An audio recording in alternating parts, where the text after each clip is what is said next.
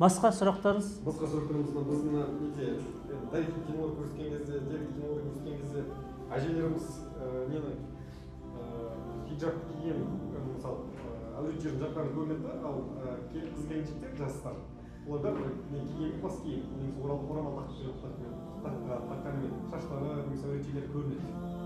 Біздің кейінде бұрынғы совет одағы Ол қашан түсірген кино?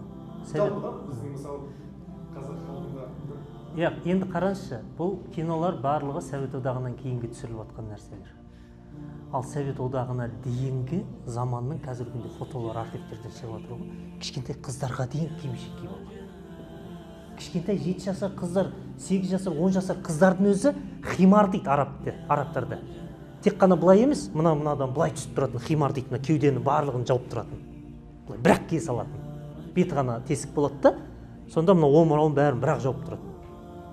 Фотоларға қарасақ, жас қыздар жаңағы кинода көрсеткендей сәукеле деген нәрсе емес. Кәдімгідей химар киіп жүр да. Кәдімгі хижаб киіп жүр. Сондықтан фактически неге келетін болсақ, ата-бабаларымыз таза исламмен жүрген ғой.